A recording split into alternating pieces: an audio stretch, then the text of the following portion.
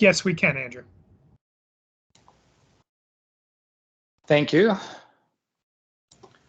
Good evening, everyone. Thank you so much for joining our August session of Microsoft 365 Meetup for Government. We have prepared a special event for you, which I hope you will enjoy. We have a distinguished panel of presenters and speakers who will be getting going, momentarily. But first, I wanted to mention just a handful of things. Agenda is in front of you. We try to keep it short and allow some time towards the end for open Q&A. So we're going to have, 3 separate sessions, 3 separate presenters, presenting some information to you. And right after that, we're going to get going with the Q&A and then some closing remarks, and should be done around 6 p.m. Eastern Time. To remind those who may have not been to previous events or recently joined the community mission is to promote Microsoft 365 throughout public sector and government, to build a community of practice, to build a community that exchanges information and innovates jointly. It's all about Microsoft 365 platform and its uses and applications within the public sector government.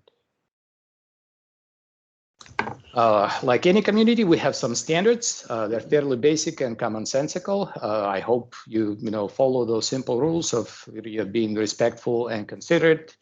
Please do not share any non-public and confidential information. Everything that is made available as part of this community, as part of this event, will be recorded, and the recordings would be made public.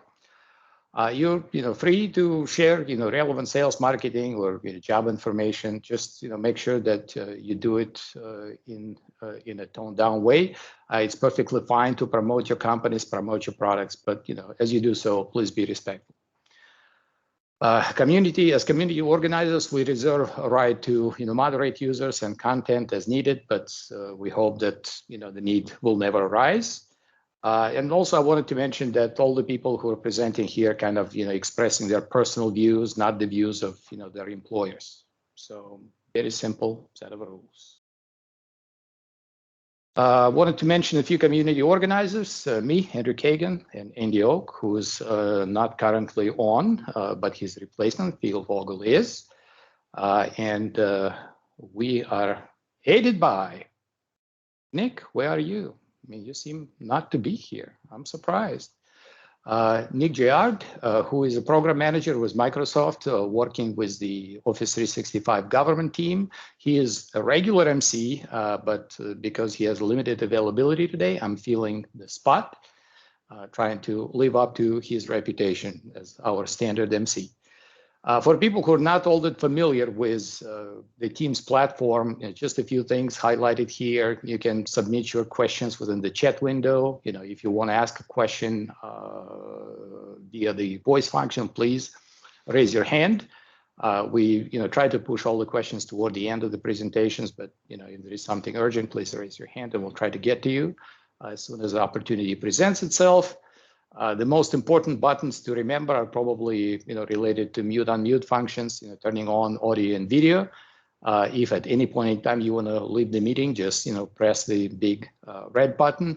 And also, if you are not able to join this conversation via your computer or a mobile device, you can always dial in to audio only using the information provided on this slide. We are constantly looking for new ideas, for new content and new presenters. So if you're interested in participating in this community as a presenter, please let us know. The information about the form to be submitted is available here, or you can scan a QR code. And also, we are very open to all sorts of feedback on how to make this community and these events better. So please take a moment to complete the feedback form towards the end or after this event. As Nick usually says, feedback is a gift, and we will be very appreciative of your gifts of feedback. With that said, I would like to pass the baton to our first presenter, Dave Fairburn, who will introduce himself and give us a quick overview, basically CMMC explained. With that said, Dave, the floor is all yours. Well, thank you, Andrew, and thanks to Planet for having me.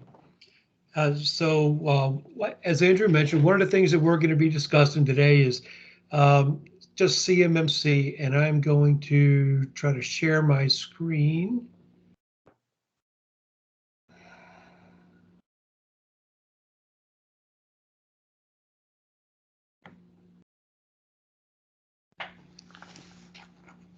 So just bear with it as it tries to catch up.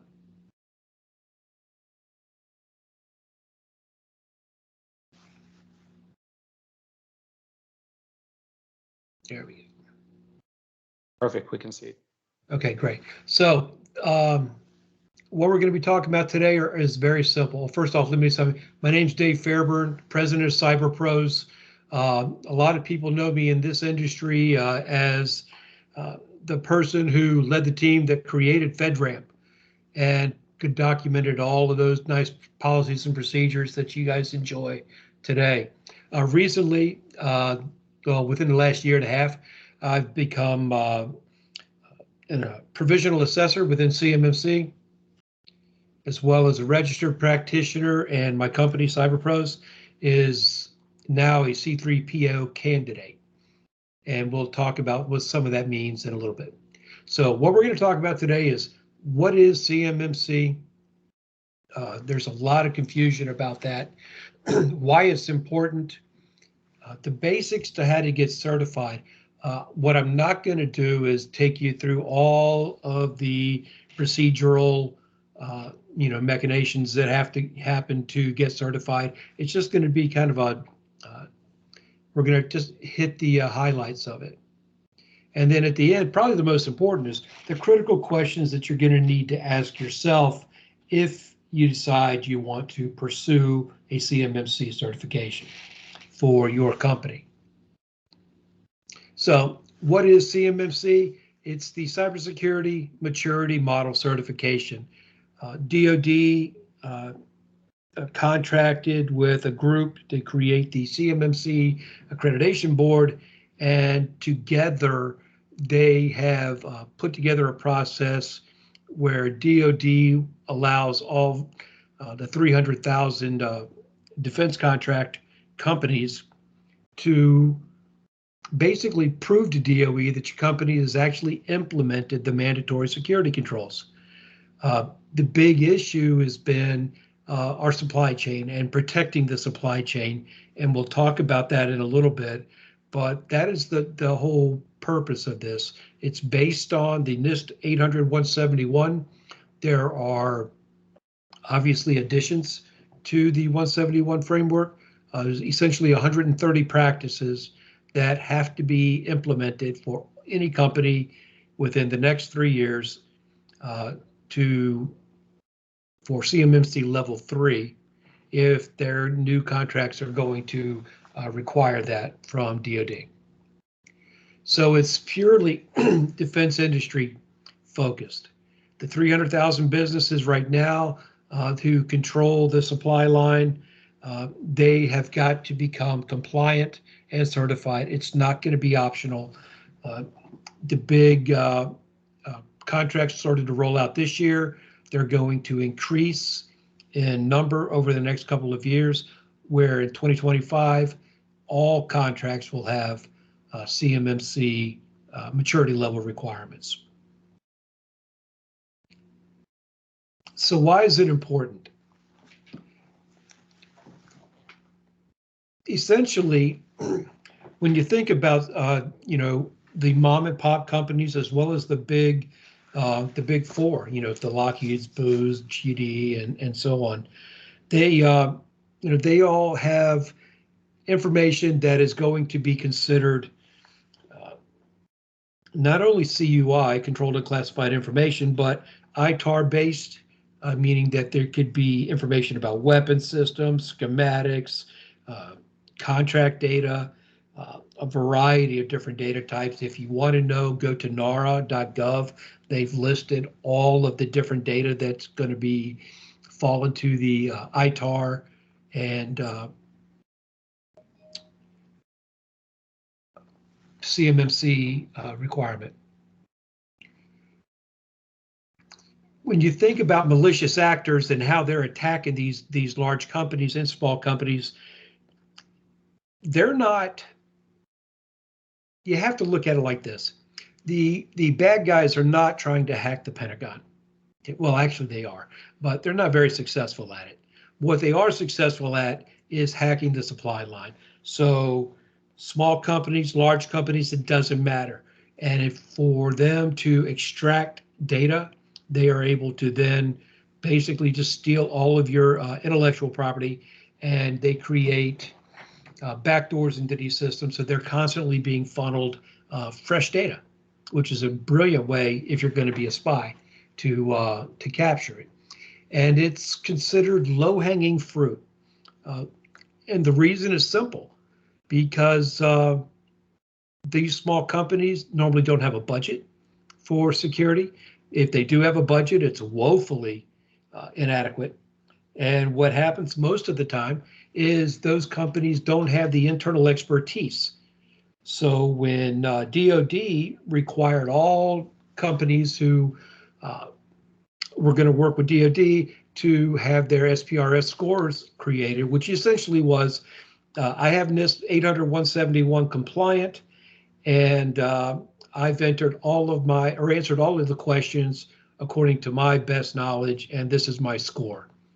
And without too many exceptions, the majority of those scores were rated somewhere,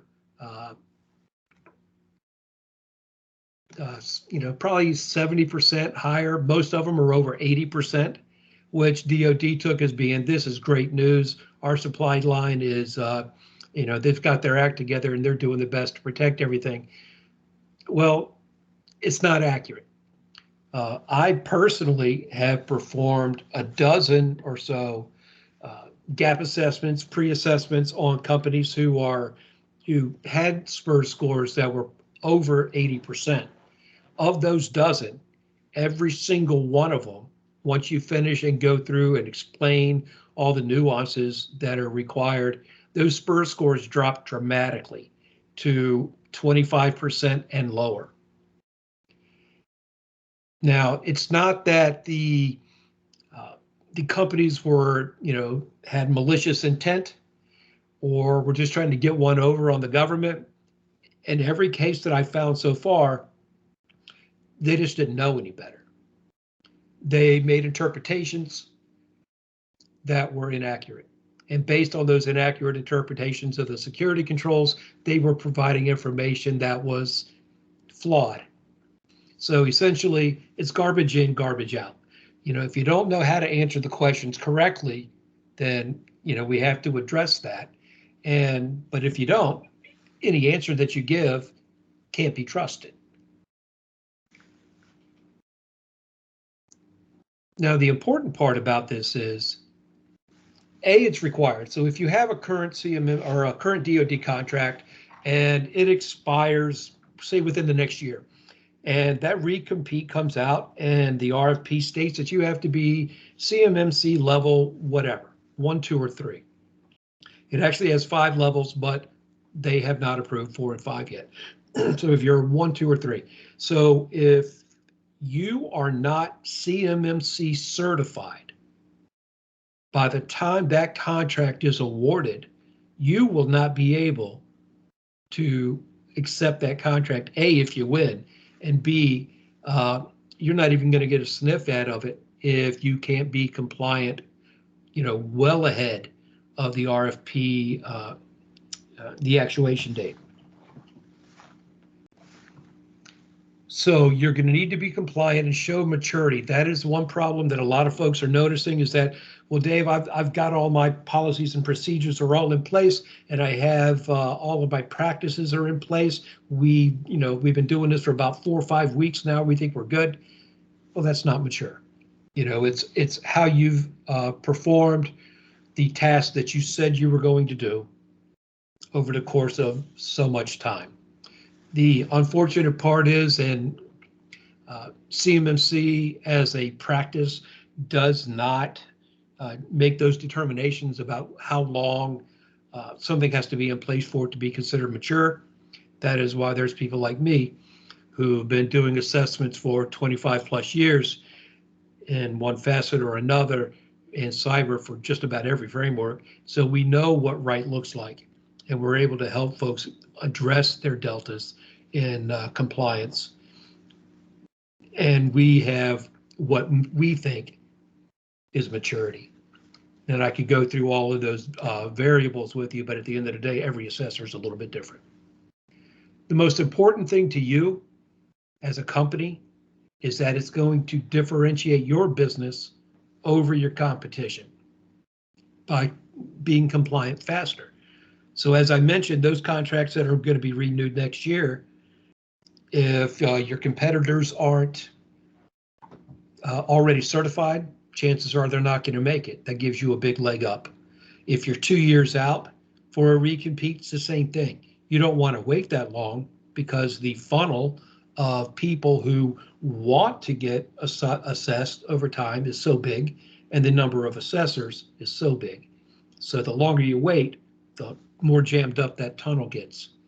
So you want to be as proactive as you can, get certified, differentiate yourself from your competitors, and be ready to evolve as CMMC evolves. And I promise you, it will evolve. So how do you get certified? Honest reflection. Look at your enterprise through an unbiased lens to understand exactly what the security profile of your company truly is. That takes a lot of discipline to be willing to do that.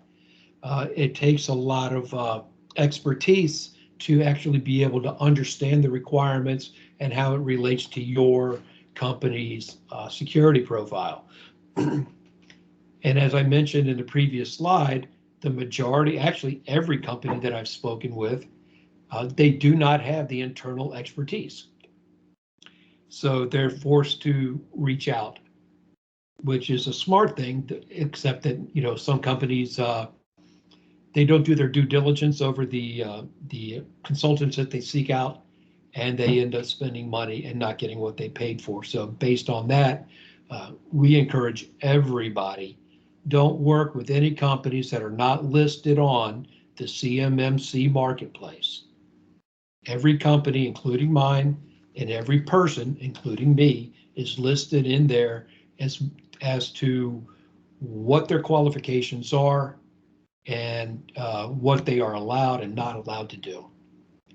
So as a company, I strongly recommend you go through that marketplace prior to getting any assistance on your assessments. But whatever you do, you want to work with qualified cyber pros, not only to get the controls right, but to deliver a scalable security program that's going to allow you to focus on your business.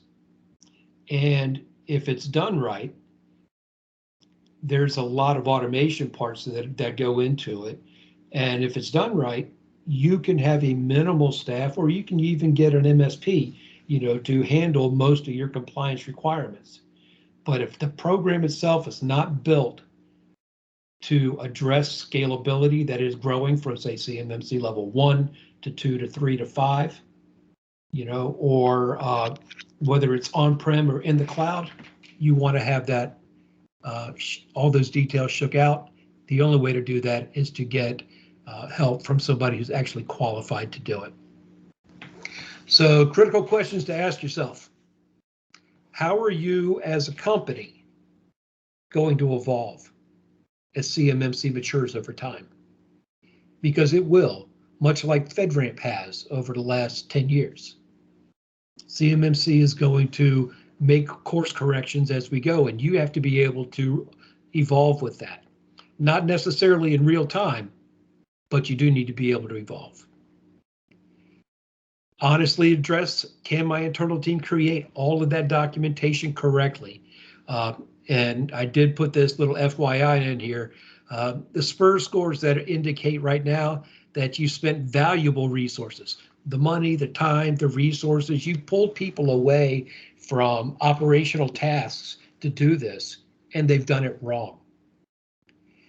So you end up having to spend that money, time, and resources again. And what is your timeline? Existing contracts are going to expire soon. The new contracts are going to have the requirements. Where are you? Because if you're not compliant, and that compliant doesn't mean I've submitted my SPUR score. Compliant is you are CMMC certified with a certificate or certificate from the CMMC Accreditation Board.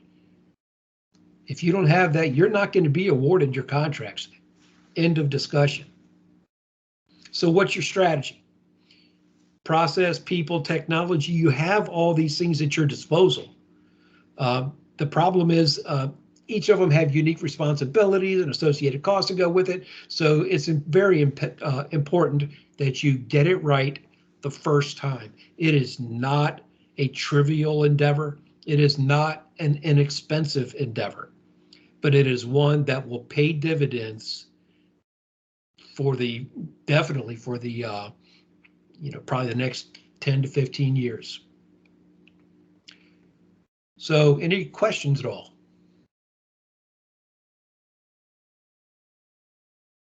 Sounds like so far so good. I like it. I like it. All right. Well, then I thank you, Andrew, again. Thank you, everybody, for listening to me ramble on. And I hope you enjoy the rest of the presentations.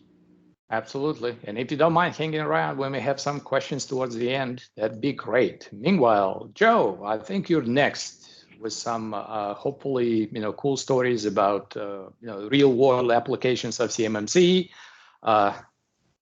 I guess tales from the trenches, so to speak. Hello, everybody. My name is Joe Tower. I have the compliance team here at Planet. I've been here since last October. And since last October, Tales from the Trenches, so far we've had 5 customers that can't bill to the government anymore because their compliance structure doesn't exist, as Dave had said. Government asked for system security plans that were non-existent. The government asked for information on vulnerability scans. They asked for artifacts to prove this had been done, and they weren't. 5 so far in the 9 months I've been here at Planet that could not bill to their present government clients. This gets real interesting. We've also had 2 that can't bid on contracts, as Dave was saying, because they don't have anything existing. Some of the stories that you see, and I've been, again, doing this type of work for about 25 years as well. We've seen clients that say, yes, I have all my policies. And they went down to a policy company and they bought templated policies, didn't fill them out, and said, that's our policies. No, that fails. We've had folks that have never actually scanned their system ever with a vulnerability scan. They have no idea if they're open or not because they've never checked. We've had several clients that don't really know where their data lives. Yeah, well, some of it's in the manufacturing floor. Some of it gets on a website somewhere, and then all of our people have on their laptops. They download everything and go home and work on it. And then the USBs. This is not uncommon that we find. There is no mapping. There is no data flow.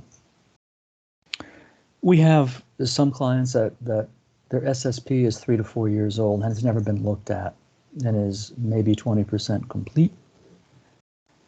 We have some clients that have an SSP and where it says, control requirement will tell you, you have to do this, this, this. And so in the implementation discussion, they copy that and put it that you have to do this, this, and this, and consider the SSP complete. The thing to stress about when you're doing this for work is it helps to have people who've been the auditors, the assessors before, because we've usually seen most of it. And assessors and 3PAW auditors are going to come in and say, show me.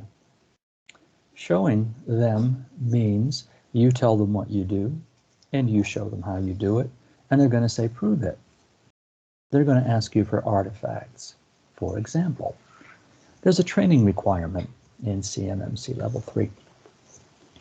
And you're going to say, we train our people. Great, let me see your curriculum. Well, it's kind of ad hoc, so we just kind of talk about it when people on board. Well, do you do any kind of update for training? No, not really. You failed that one.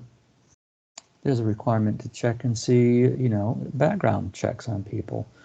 So you say, do a background check. No, our HR does that. And you ask HR, what do you do for vetting people? Always talk to them. You failed that control. And it goes on and on. We have some companies that are huge. Very large clients. And sometimes they have the same issues that I've just talked about. We have some clients that have exactly 2 IT people to their name. And they have the same requirement that the big companies do for CMMC Level 3 compliance. Describe what you do and prove it. Let me stress the prove it. Sometimes it's a screenshot. Sometimes it's a scan. Sometimes it's a policy. And a proof of execution of that policy. We vet all of our people. Show me. Which company does your vetting? How do they do it? What do they ask? Do you have a listing of people that have gone through this? I guess the real world scenarios that we're talking about indicate one thing, to me anyway, since I've been here at Planet, is that there aren't shortcuts. As Dave was saying, if you're up for recompete in the next 9 months and you haven't started, you're not going to be able to compete on that contract. Again, there aren't shortcuts. And the self-reflection part is a really interesting thing that Dave said, and I really liked it, because most companies don't. And it's not because they have bad intent. It's because they've never thought about it, number one, and because they are so far down into the guts of what they do for a living that they're incapable of stepping back.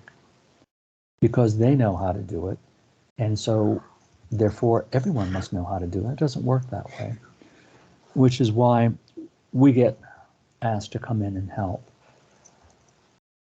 Any company that's going to be asked to come in to help is going to ask tough questions. If they don't ask you tough questions, get rid of them, because they're just taking your money. They should ask you tough questions. They should ask you, show me. And after you don't do it correctly, they should tell you what to do.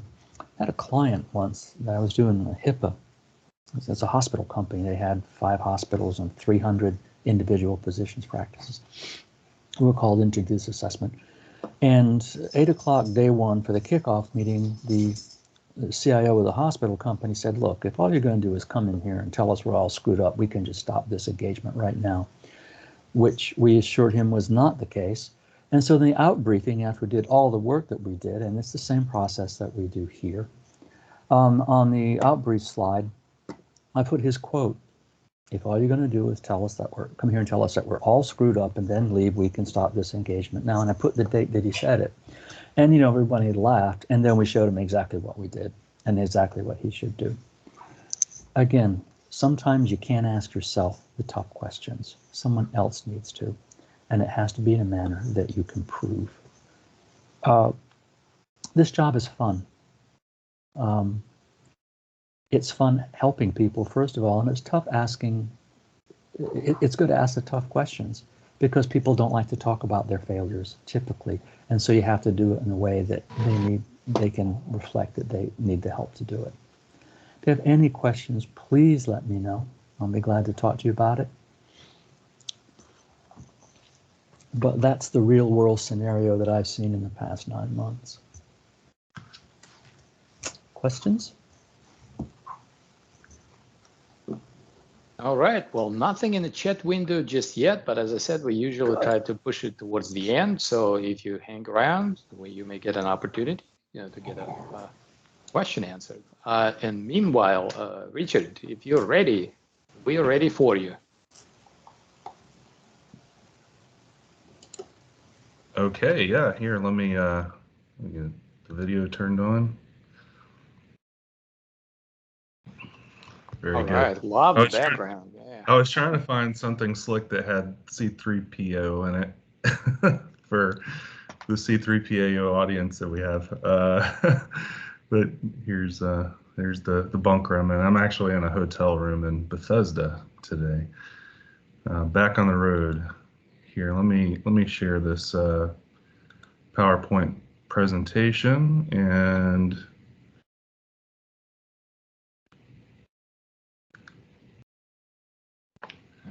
we'll be able to speak to it potentially without having to share my whole desktop, although I will pop out here and show some new fun stuff that we have. Yeah, in terms of looking at Microsoft, so a quick introduction. So I'm Richard Wakeman, Director for Aerospace and Defense within our Azure Global Engineering organization. So I focus primarily on the defense industrial base in terms of looking at unblocking use of cloud. That would include both our unclassified environments as well as classified.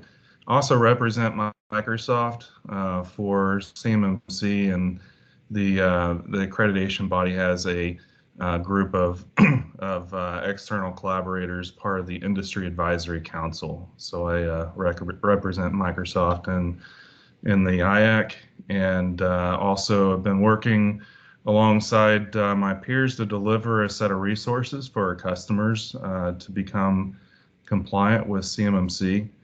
And ultimately, we've released this CMMC acceleration program, which I'll give you just it won't really do us justice today to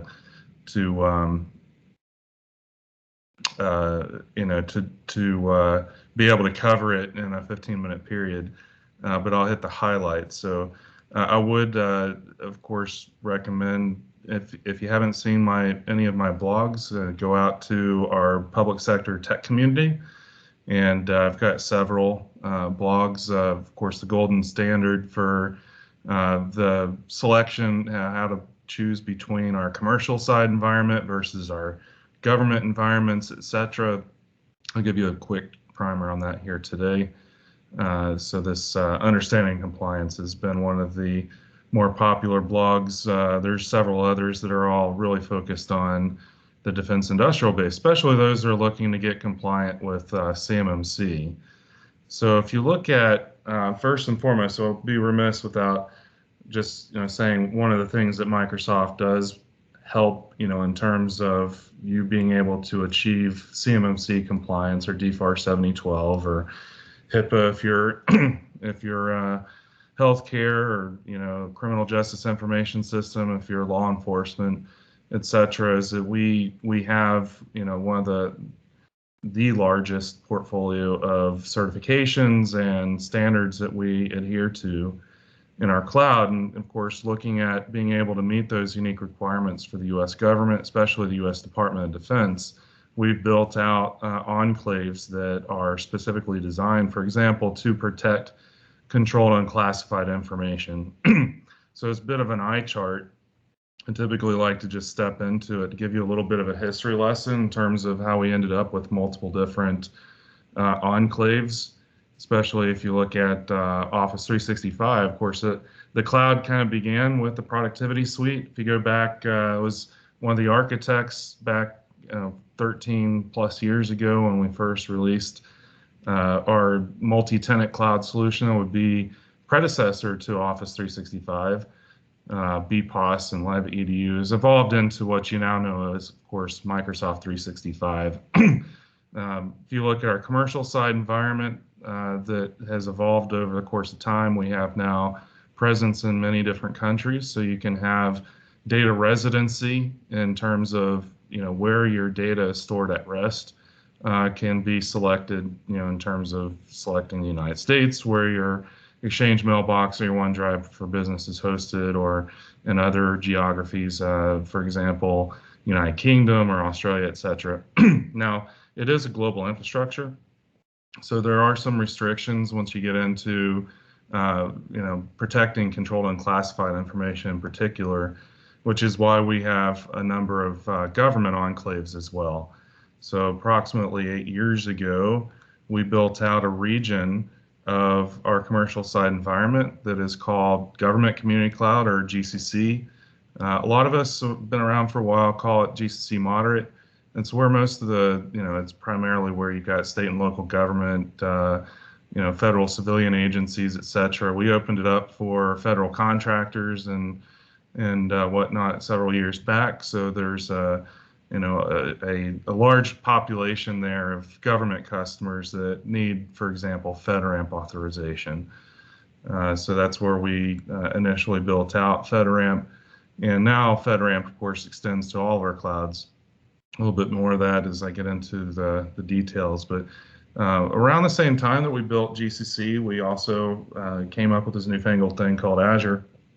And initially, Azure as a set of PaaS services, of course, have grown into now a portfolio of products, over 200 products that we have within the compliance boundary for Azure. And, ultimately, both Office 365 Commercial and GCC sit on top of Azure in terms of the compute platform. I usually think of the branding for Azure as being more for compute, be infrastructure as a service, platform as a service, whereas Microsoft 365 is more the branding for software as a service. So you'll see M365 typically, interchangeable with Office 365 for the productivity suite, et cetera. Now, if you look at GCC, it does sit on top of Azure Commercial. So this is a big distinction, especially if you look at, for example, having a requirement for protecting export control data, right? That requires true data sovereignty. And ultimately, that was one of the biggest catalysts that we have of being able to meet those requirements for the U.S. Department of Defense.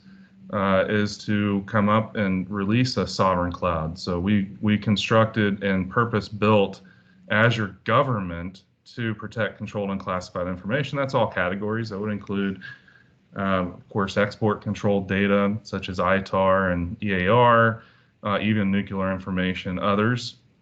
Big differentiation between Azure Government and the commercial side of the house is it is sovereign to the U.S. It's managed by U.S. persons, actually U.S. citizens, and the network is constrained to CONUS, right? As opposed to on the commercial side, you have a global network.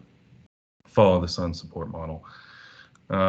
Gave us a good platform now to deliver the productivity suite. So we have Office 365 DoD. Of course, the DoD environment is built on a control set that's very restrictive for the SRG impact level 5. Really precludes anybody that's not the DoD from having access to it.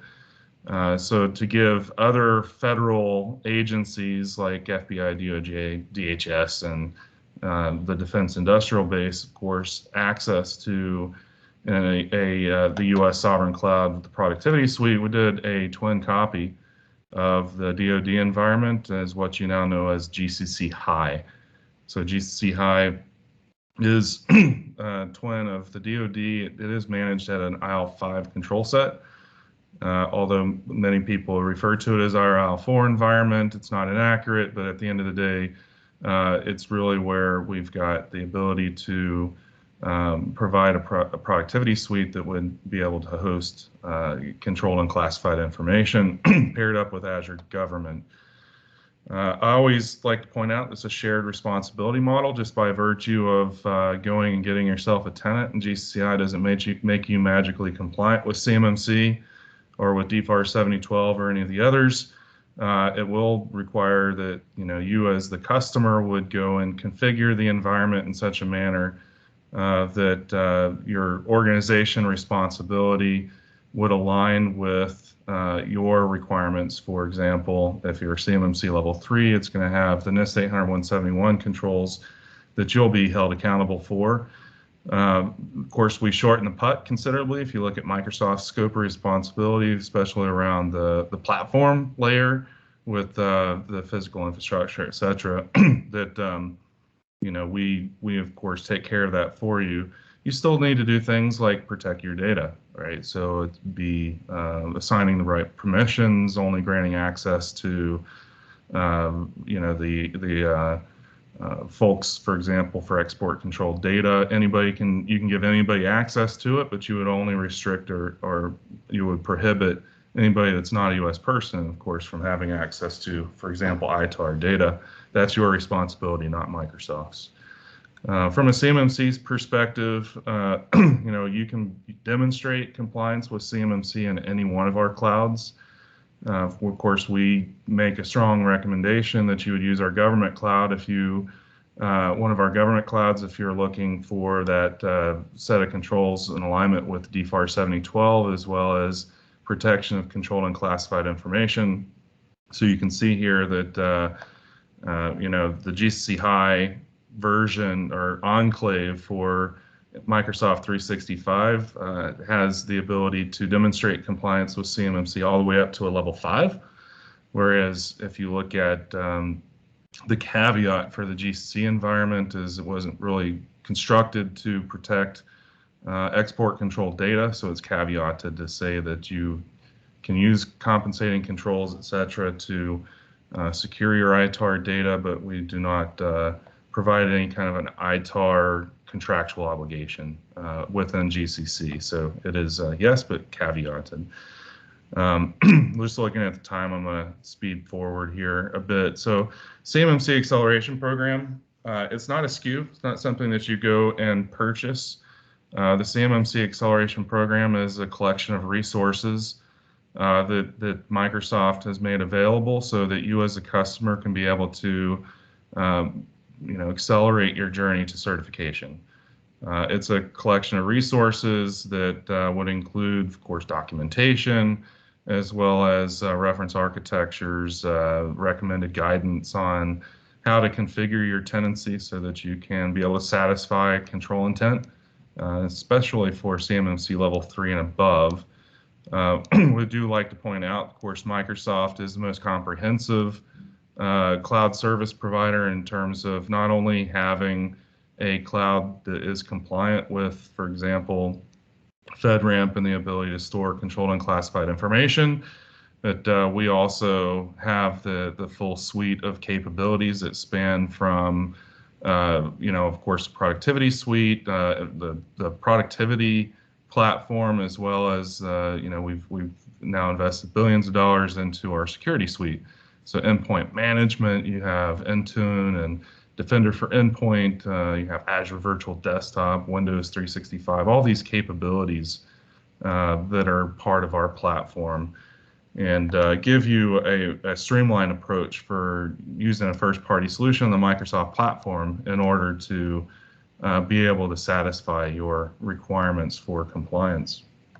Now, if we go into the CMMC Acceleration Program components, I've done an update, and you'll see me blogging on this in a couple of weeks as we're now releasing some new capabilities. We're pretty excited about it. We've been busy. If you've seen the CMMC Acceleration Program in the past, there's a collection of resources that have been extremely valuable. We've had great feedback, and we, of course, embrace any feedback that you would like to provide, especially as you're going through this process of getting certified. We'd love for you to not only use our capabilities, but to provide us feedback on how to make them better from a perspective of what's new. So we've got the product placemat. The placemat has been, of course, one of the most beloved capabilities that we've released as part of the CMMC Acceleration Program. If you haven't seen it, the placemat looks like a periodic chart. So it has each of the families of CMMC illustrated, and if you look at how you would adopt capabilities of the Microsoft platform, you can see how they impact each one of the practices. So, for example, if you go in and select the service for Intune or Endpoint Manager, you can see that it would satisfy the control intent for close to half of the practices for CMMC. We explain how that's done. There's also a new resource that we're making available in the coming week. There's a CMMC technical reference guide.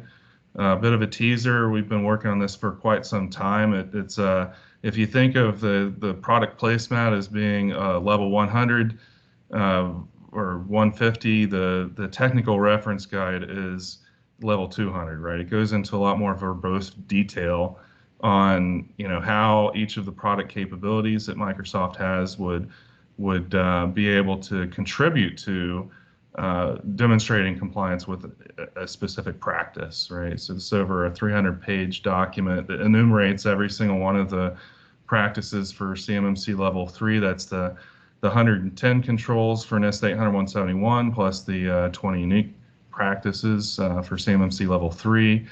And it has a really good set of resources, especially if you look at constructing a system security plan for a cloud native environment. This really goes into the rationale for how you would configure your tenant using certain capabilities.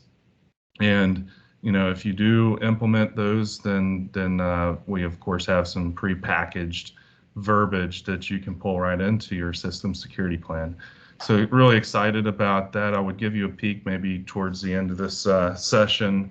Right now, I'm not presenting my desktop though. I'm just presenting the PowerPoint, so I can't just pop it up in front of you. But I will definitely leave behind some links that you can have access to as we make that available in the coming week. So super excited about that. We're also working on an update to the Azure Sentinel workbook. And this has been another popular asset as part of the program. We're tying now the CMMC workbook into the technical reference guide.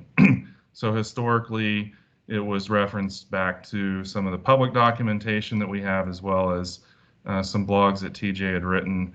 Now that we have the CMMC technical reference guide, the CMMC workbook is linking back into it, and is of course streamlined. TJ's done some really amazing work on that, and especially if you look at Sentinel, it's one of the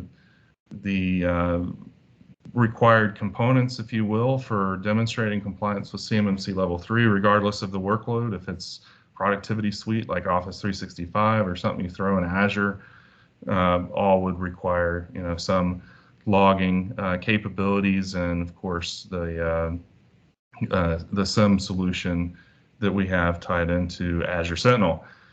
We've also updated the STIG automation. We now have STIG automation for a broader set of servers.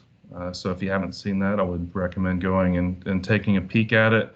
The STIG automation is something that many of my DIB customers use to lock down their workstations, especially Windows 10, in alignment with how the DoD configures their workstation, so it's a known quantity.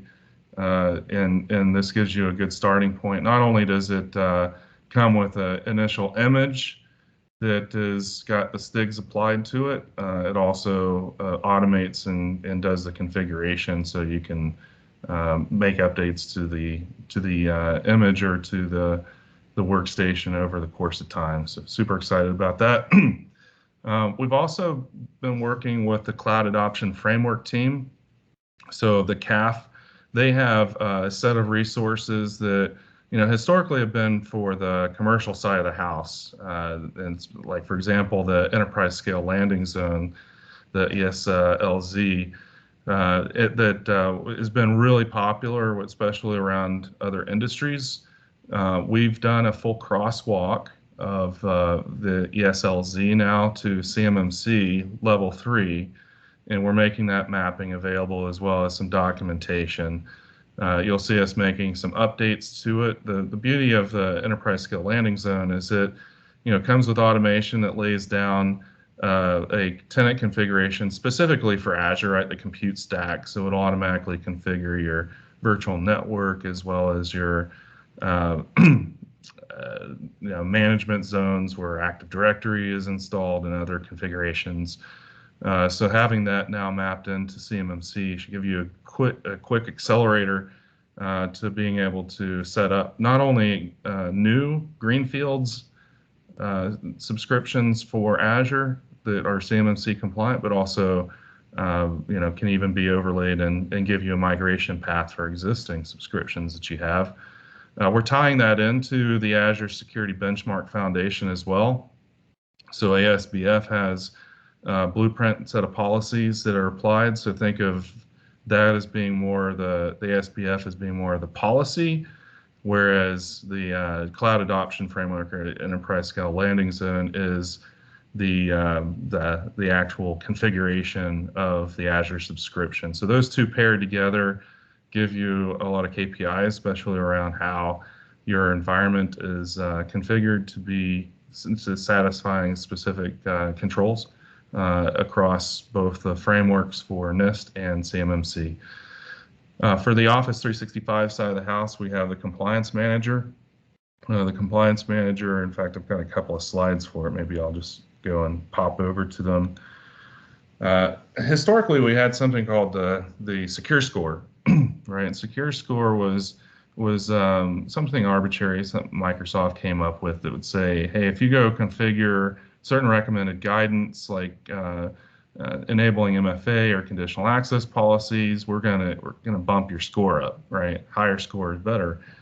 The thing there is it was a bit arbitrary. It was more just around what Microsoft would recommend for a secure environment. We've now extended that to include capabilities within the Compliance Manager. For example, assessment templates are an overlay that would say, okay, if you go into Compliance Manager and you select the assessment template for CMMC, for example, level 3, it'll give you a target score that would be, essentially 100% compliant with the recommendations that are outlined within the assessment template. And then it would show your score as a percentage of that, right? So you can see here the compliance score is 63% with a set of points that have been achieved. And it's really pretty cool because it gives you some written guidance that says, okay, well, here is an action that we recommend, and if you take this action, here's the benefit of it. So it talks about not only how to implement it, but the benefit of implementing it.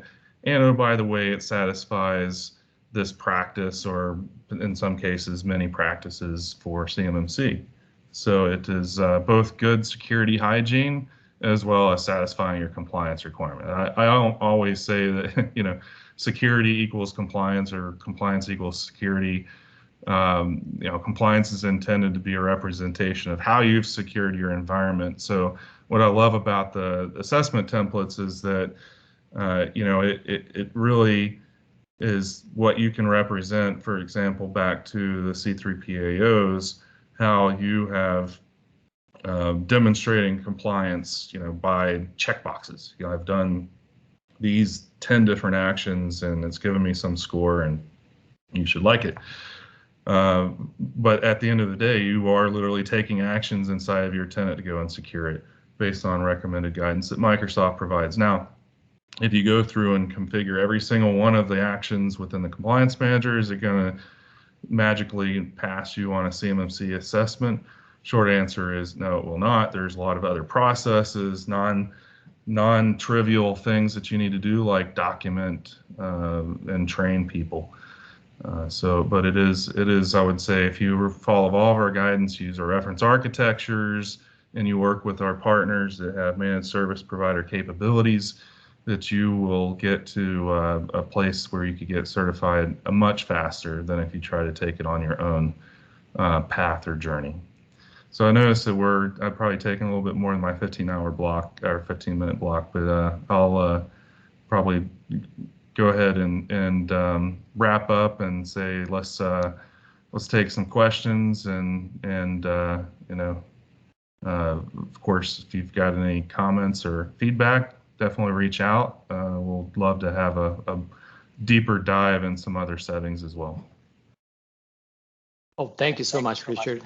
I think it's looks like a pretty shy audience today. I mean, I'm surprised that people are not asking questions already or not submitting them through the chat window, for example. But I think that today's event, made it kind of clear what a what a great opportunity, but at the same time, a great challenge CMMC is, and what a great job Microsoft has done and continues to do to make features, to make tools, and even more importantly, to make documentation and guidance available to customers and partners to meet this great challenge. But once it's met, I think, as Dave and Joe were talking about, it definitely is going to set your company, your organization apart, and ensure continuous business with DoD and DoD agencies, and that's probably ultimately the goal number one from the business point of view. But the security and compliance has many facets, and it's important for many reasons. And I think that the model that DoD put together with CMMC, when it's not on and off, when it's not compliant or not compliant, but it's basically a maturity model of some sort. You start at a lower level and you progress to higher levels of cybersecurity maturity. I think this is a great model to follow, and I would not be surprised if it's like broadly accepted, not just in government, but also in industry, maybe with some modifications. But I think the idea is just simply great. With that said, do we have any questions? Please remember that you can submit them through the chat window, but you can also unmute yourself and ask. Yeah, I see one from Jason here. So the question is, if a company is looking to bid on DoD contracts that include ITAR data, what are the additional considerations on top of DFARS 7012 and CMMC? That's a great question. In fact, I wrote a blog because I was challenging the community to debate this. Because if you look at CMMC level 3, it's intended to protect controlled and classified information, right? But not all CUI is the same. Export control is certainly a higher watermark for compliance. I would even say nuclear information goes a step beyond that. The truth is, if you go inspect the NIST 800-171 controls, or if you look at all up CMMC practices plus the additional practices, that there's nothing in there that says that there's a CONUS-based requirement, or that you have to have only U.S. persons, right, in order to be compliant with CMMC. Naturally, if you look at export control data, you do pick up that requirement. So while CMMC does not mandate that you have a sovereign solution with U.S. persons or export licenses, the DDTC, that's part of the Department of State, certainly does, and they're going to mandate that you have things like FIPS compliant encryption, FIPS 140-2 compliant encryption, and be end-to-end encryption to protect your export controlled data. So I'd say that the short answer is the aggregate, right, of information, whether it's export controlled data and you've got some requirements that are provided by the DDTC, or in the case of CGIS, right, that there are requirements that the FBI has. Specifically for the DoD, there are a number of requirements around, for example,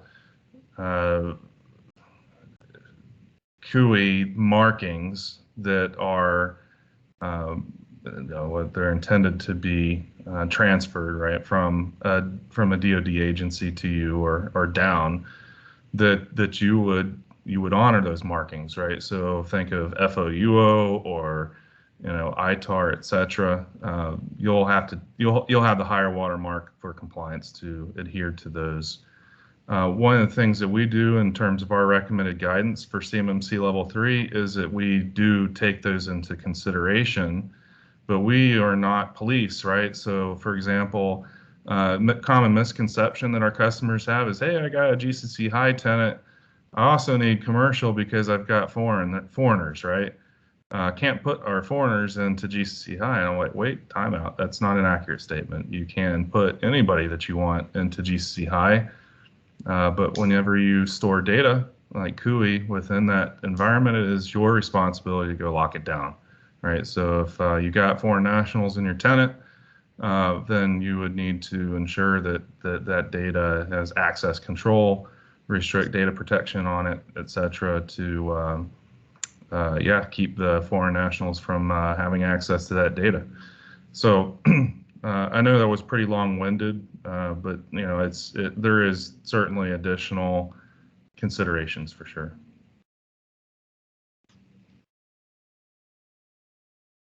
Thank you, Richard. I think it was a great answer to a pretty important question. All right, any more questions, guys? Come on, don't be shy. Ask away.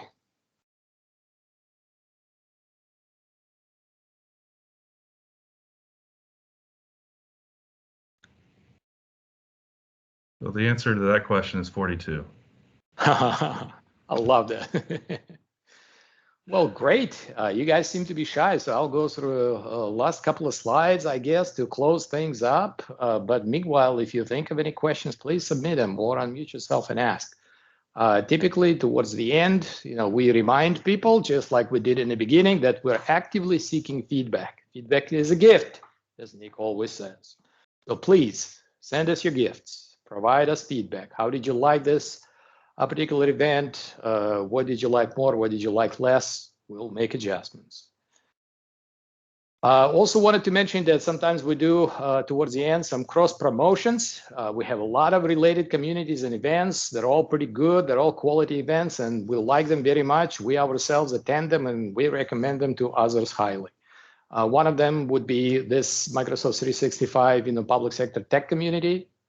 Please take a note, and if you're interested, attend their events. Also, we have kind of like a sister event, Azure Government, not M365 Government, DC community.